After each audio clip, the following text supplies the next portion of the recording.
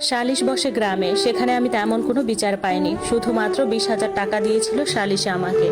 আমার ভাবি আর ভাই আমাকে বলছে এই টাকা যদি আমি নেই তাহলে যেন আমি ঘরে না ঢুকি। এরপর আমি গ্রামের সালিশের মধ্যে বলছি, আমি তো এমনিই গরিব, আমি না হয় তোদের মতো মানুষদের এই 20,000 টাকা দান করলাম। গ্রামের সালিশ প্রধান আমাকে বেয়াদব বলল, আমি নাকি বেয়াদব মেয়ে, এমন মেয়ের সাথে নাকি সংসার করা যায় না, কারণ সালিশ প্রধান টাকা খেয়েছিল ওদের থেকে।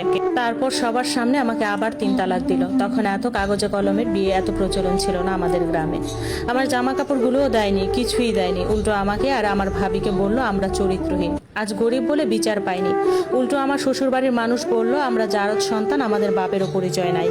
সত্যি আমাদের পরিচয় নাই, আজ পর্যন্ত বাপের কিছুই পাইনি, পরিচয়টাও না। যাক, সব আমাদের নসিব। সালিশ শেষে চলে আসলাম। একই গ্রামে থাকতাম আমরা, এবং আমাদের ঘর থেকে ওদের ঘর ছিল এক পুকুর এর এপার আর ওপার। আমার যাদের ঘর, আমাদের ঘর থেকে হেঁটে গেলে 10 মিনিট লাগতো। নিজেদের ঘরে চলে আসি। 2 রুমের ঘর ছিল আমাদের। এক রুমে ভাই ভাবি, আরেক রুমে আমি, আম্মা আর ভাইয়ের 5 বছরের মেয়ে থাকতাম। সাথে ছোট রান্নাঘর, কিন্তু ভাত খেতাম আমাদের রুমটাতে। আমি চলে আসার পর অনেক কান্না করি, কলেজায় অনেক ব্যথা হতো। আজ শ্যামবর্ণের বলে আমার জীবনটা এমন।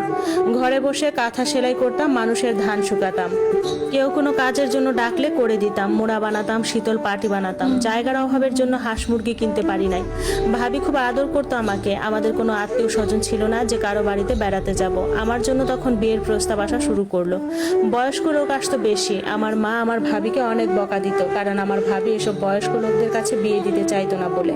কিন্তু মা বলতো এই জামাই তালাক দেওয়া বেডির জন্য রাজপুত্র কই পাবি। এইসব নিয়ে ভাবিকে অনেক গালাগালি করতো আম্মা। কিন্তু ভাবি বলতো বুড়া বেটার কাছে কেন বিয়ে দিব, দরকার হলে ঘরের পালা বাঁধবো।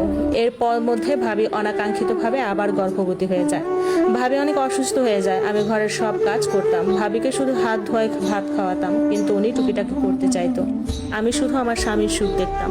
অনেক সুখে আছে ওরা। ও যে বাড়িটা করেছিল সেটা বিক্রি করে দেয়, বিক্রি করে নাকি বউকে গয়না কিনে দেয়, আর বাকি টাকা ব্যবসার জন্য রাখে। ওরা অনেক সুখী পরিবার ছিল, দেখলেই চোখ জড়িয়ে যেত।